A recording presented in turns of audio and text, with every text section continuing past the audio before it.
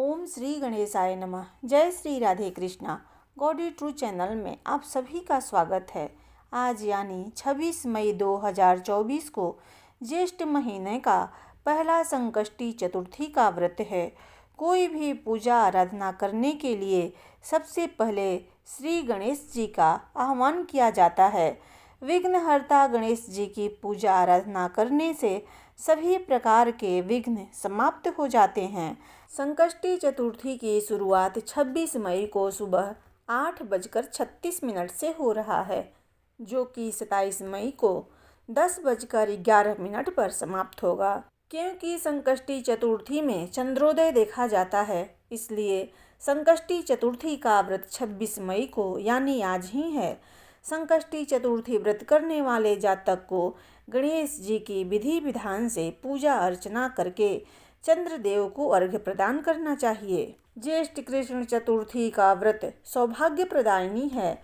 इस दिन आखूर रथा नामक गणेश जी की पूजा भक्ति भाव से करना चाहिए और गणेश जी को घी से निर्मित भोज्य पदार्थों को भोग लगाना चाहिए और कथा सुनना चाहिए। तो आइए सुनते हैं ज्येष्ठ कृष्ण गणेश चतुर्थी व्रत की कथा को।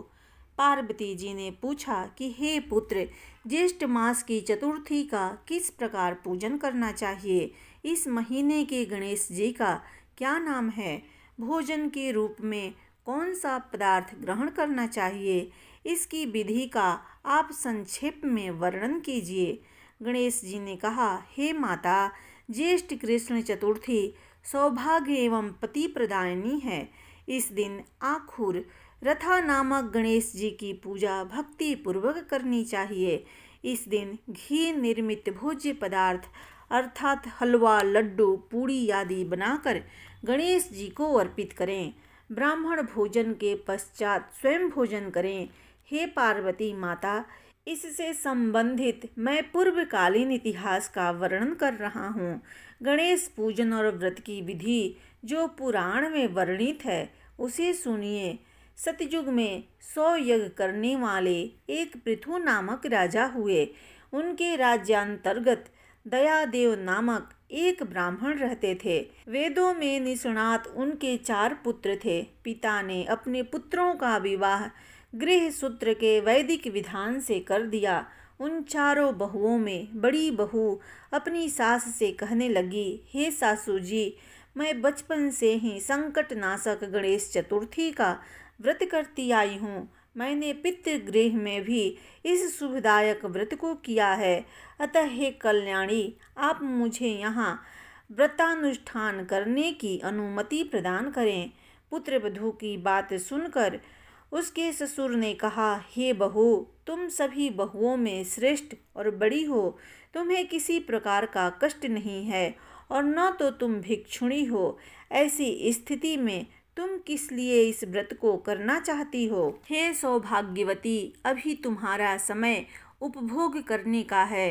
ये गणेश जी कौन हैं? फिर तुम्हें करना ही क्या है?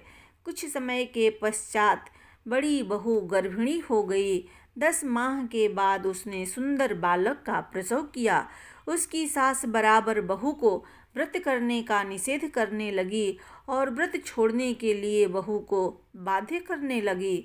व्रत भंग होने के फलस्वरूप गणेश जी कुछ दिनों में कुपित हो गए और उसके पुत्र के विवाह काल में वर वधू के सुमंगली के समय उसके पुत्र का अपहरण कर लिया।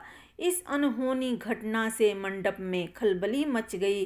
सब लोग व्याकुल होकर कहने लगे, लड़का कहाँ गया? किसने अपहरण कर लिया? बारातियों द्वारा ऐसा समाचार पाकर उसकी माता अपने ससुर दयादेव से रो रो कर कहने लगी, हे ससुर जी, आपने मेरे गणेश चतुर्थी व्रत को छुड़वा दिया है, जिसके परिणाम स्वरूप ही मेरा पुत्र विलुप्त हो गया है। अपनी पुत्र वधू के मुख से ऐसी बात सुनकर ब्राह्मण दयादेव बहुत दुखी हुए। साथ ही पुत्र वधू भी दुखित हुई। पति के लिए दुखित पुत्र वधू प्रति मास संकट नाशक गणेश चतुर्थी का व्रत करने लगी।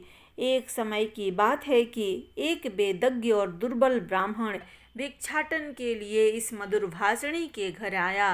ब्राह्मण ने कहा कि हे बेटी, मुझे भिक्षा स्वरूप इतना भोजन दो कि मेरी क्षुधा शांत हो जाए। उस ब्राह्मण की बात सुनकर उस धर्मपरायण कन्या ने उस ब्राह्मण का विधिवत पूजन किया। भक्ति पूर्वक भोजन कराने के बाद उसने ब्राह्मण को वस्त्र आदि दिए। कन्या की सेवा से संतुष्ट होकर ब्राह्मण कहने लगा कि हे कल्याणी, हम तुम पर प्रसन्न हैं। तुम अपनी इच्छा के अनुकूल मुझसे वरदान प्राप्त कर लो। मैं ब्राह्मण वेशधारी गणेश हूँ और तुम्हारी प्रीति के कारण आया हूँ। ब्राह्मण की बात सुनकर कन्या हाथ जोड़कर निवेदन करने लगी, हे विघ्नेश्वर, यदि आप प्रसन्न हैं तो मुझे मेरे पति के दर्शन करा दीजिए। कन्या की बात सुनकर गणेश जी ने उससे कहा कि हे सुंदर विचार वाली, जो तुम चाहती हो वही होगा। तुम्हारा पति शीघ्र ही आवेगा। कन्या को इस प्रकार का वरदान देकर गणेश जी वहीं अंतर्निहित हो गए। उसी समय की बात है कि सोम शर्मा नामक ब्राह्मण एक वन में से उस द्विज बालक को नगर में लाए। अपने पौत्र को देखकर दयादेव नामक ब्राह्मण बहुत प्रसन्न हुए। बालक की माता के हर्ष की तो सीमा ही न रही, साथ ही संपूर्ण नगरवासी भी प्रमोदित हुए। बालक की माता ने पुत्र को छाती से लगा लिया और कहने लगी कि गणेश जी के प्रसाद से ही मैंने खोए हुए पुत्र को प्राप्त किया है। उसे नए वस्त्राभूषणों से अलंकृत किया। दयादेव तो बारंबार सोम शर्मा को प्रणाम करने लगे कि हे द्विजराज, आपकी कृपा से मैंने खोए हुए पुत्र को प्राप्त किया है। खोया हुआ बालक घर में आ गया।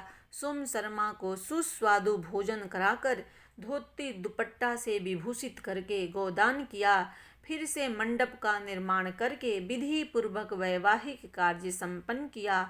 इससे सभी पूर्ववासी प्रसन्न हुए।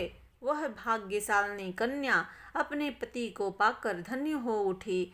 ज्येष्ठ मास के कृष्ण पक्ष की चतुर्थी मनुष्यों के मनोरथ को पूर्ण करती है।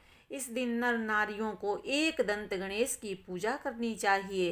हे देवी, पूर्व कथित रीति से भक्ति पूर्वक जो व्यक्ति इस व्रत एवं पूजन को करेंगे उनकी संपूर्ण इच्छाएं पूरी होगी। श्री कृष्ण जी कहते हैं, हे राजन युधिष्ठिर, भगवान गणेश जी के व्रत का ऐसा ही महात्म्य है। हे महाराज, अपने शत्रुओं के विनाशार्थ आप भी इस व्रत को अवश्य कीजिए। प्रेम से बोलिए गणेश जी महाराज की जय।